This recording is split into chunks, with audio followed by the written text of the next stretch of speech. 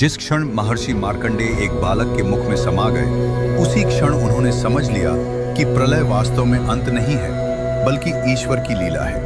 यह घटना श्रीमद् भगवत पुराण के 12 स्कंद में वर्णित है। कथा उस समय की है जब महाप्रलय आ चुका था।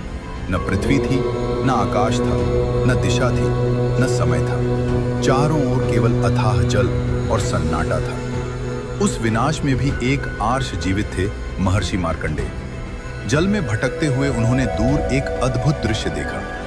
अनंत जल के बीच एक वटवृक्ष का पत्ता तैर रहा था और उस पत्ते पर एक दिव्य बालक शांति से लिटा हुआ था। बालक का शरीर नीले मेघ के समान था, मुख पर अलौकिक मुस्कान थी और वह अपनी उंगली चूस रहा था, मानो प्रलय उसका कुछ भी न बिगाड़ सके। जहां पूरी सृष्टि लय हो चुकी थी, वहां यह बालक सुरक्षित कैसे था?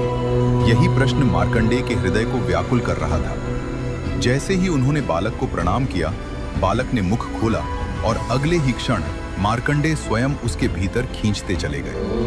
भीतर उन्होंने वही सृष्टि देखी जो बाहर नष्ट हो चुकी थी। सूर्य, चंद्र, लोक, पर्वत, समुद्र और काल। भय और विस्मय से उनका अंतर्मन कांप उठा।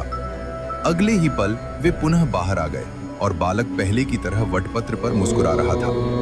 तब बालक ने कहा, सृष्टि मुझसे उत्पन्न होती है, मुझ में स्थित रहती है और मुझ में ही लीन हो जाती है। तभी मार्कंडेय समझ गए कि यह कोई साधारण बालक नहीं, बल्कि स्वयं वटपत्रशायी भगवान नारायण है। अब आप ये बताएं, क्या आप ये कहानी पहले से जानते थे?